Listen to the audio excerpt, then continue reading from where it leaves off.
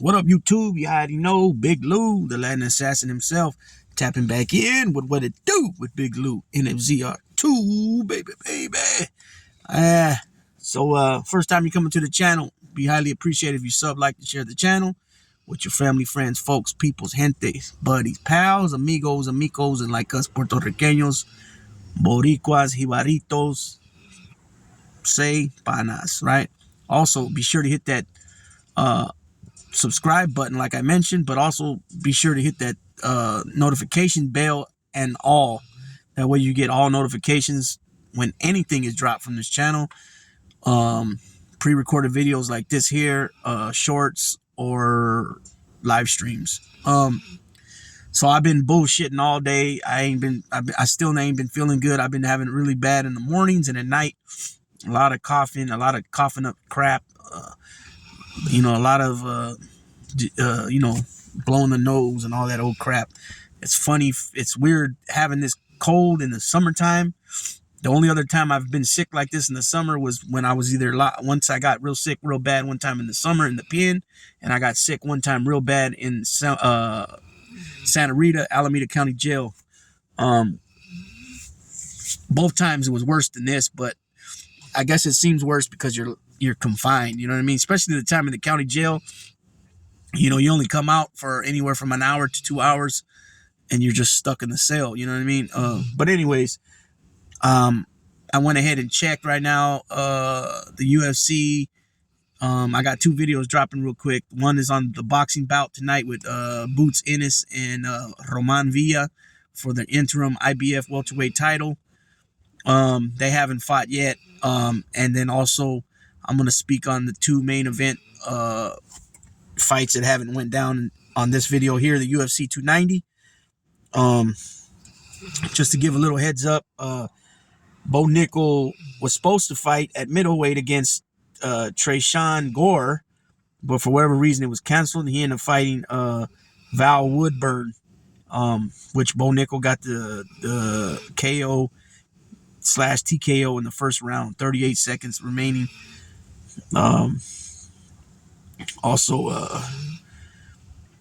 Actually within 38 seconds into the fight, he knocked him out to improve to 5-0. They talk big on Bo Nickal. He's supposed to be a tremendous wrestler. I haven't really got a chance to see him fight, but they speak highly of him, just like they were of Khamzat Chimaev for a while there. I don't really know what's going on with Khamzat Chimaev. He's real defiant, he's like a rebel without a cause, I guess you could say. Also lightweight, Dan Hooker won. He beat Jalen Turner at the lightweight division. Dan Hooker's a OG of the game. He improved to 23-12. And this one was kind of a shocker, I guess, in a sense.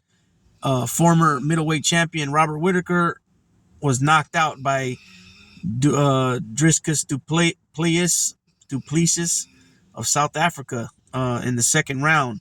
I seen that. I don't know. It was like a straight shot, and it dropped him real quick.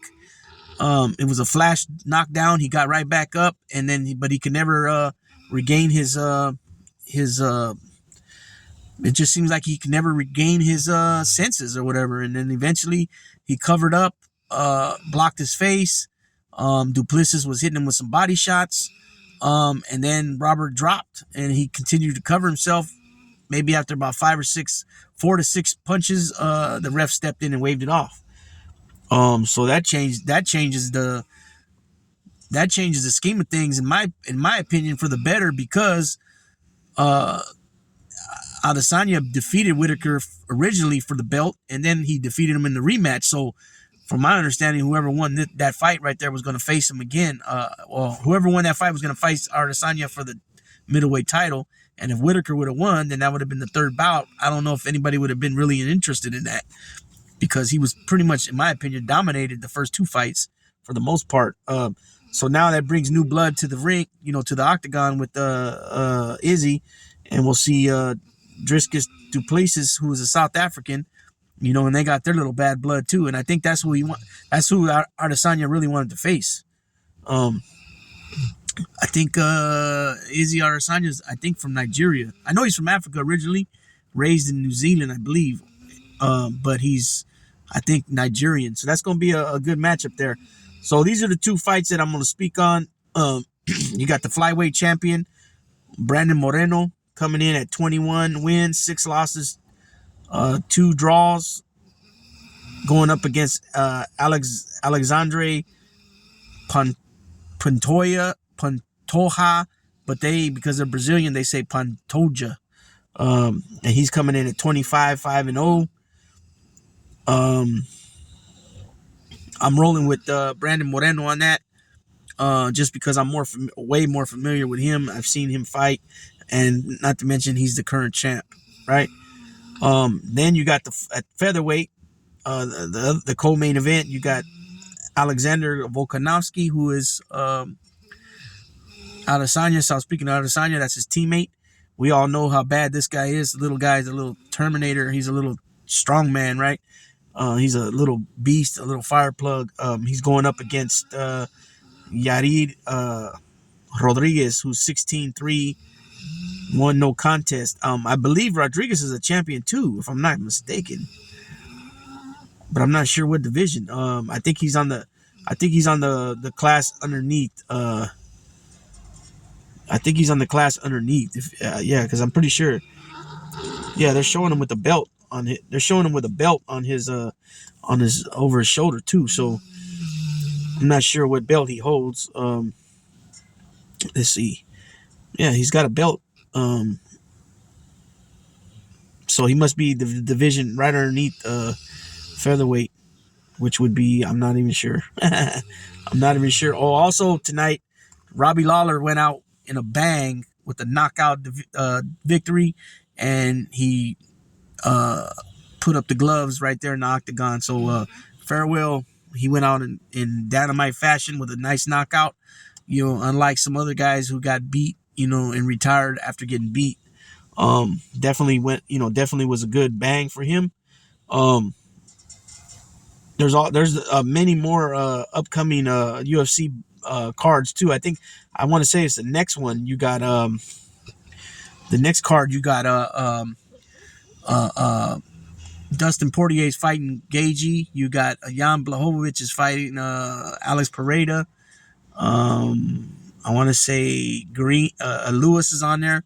Derek Lewis is fighting somebody. Also, I think Tony Ferguson's fighting somebody on that same card. They got some big names on that one, stacked card. Like this card tonight was pretty stacked as well. Volkanovski in that fight, Volkanovski Rodriguez, man, I don't know, man. I gotta go with, even though I'm a big fan of Latino fighters and Latino UFC, you know, anytime it comes to a Latino, I don't care what nationality they are, Mexican, Puerto Rican, Dominican, Cuban, you know, I tend to go for them.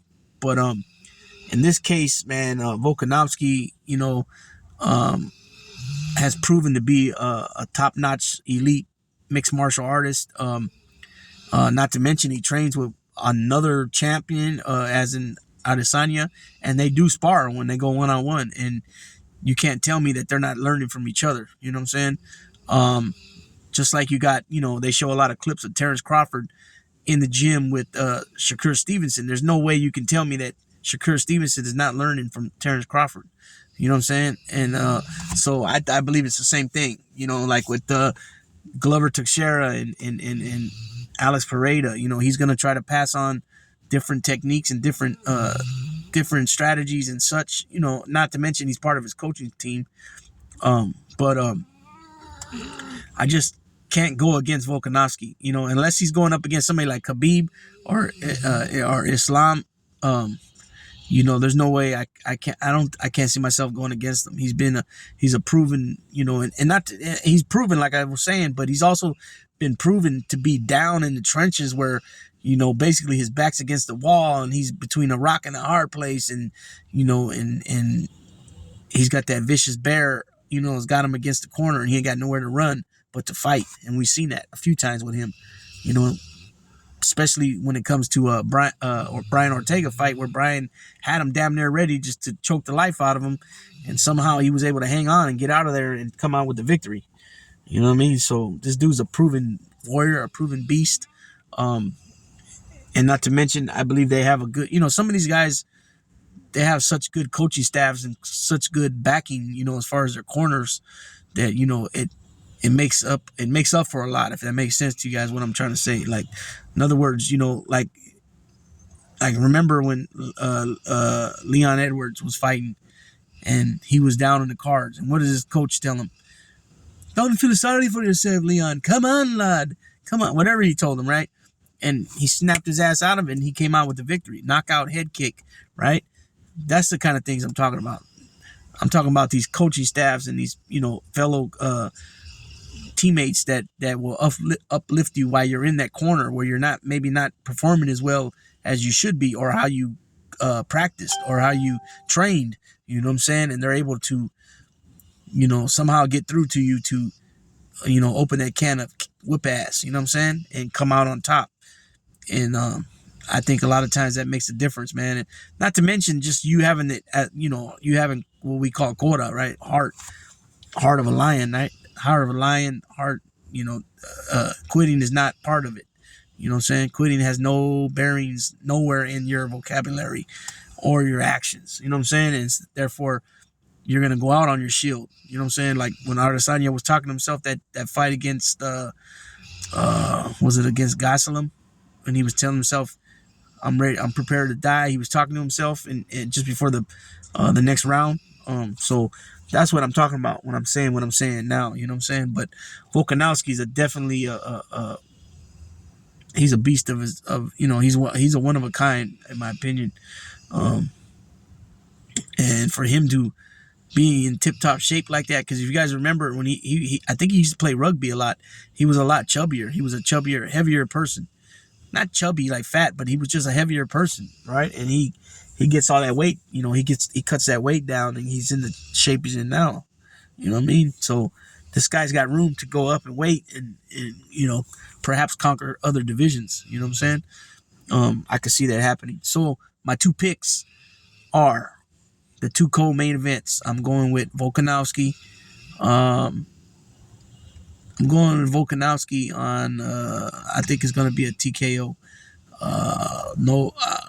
I'll say third, fourth round. And then in the Brandon Moreno fight, I'll go with Brandon Moreno, split decision victory.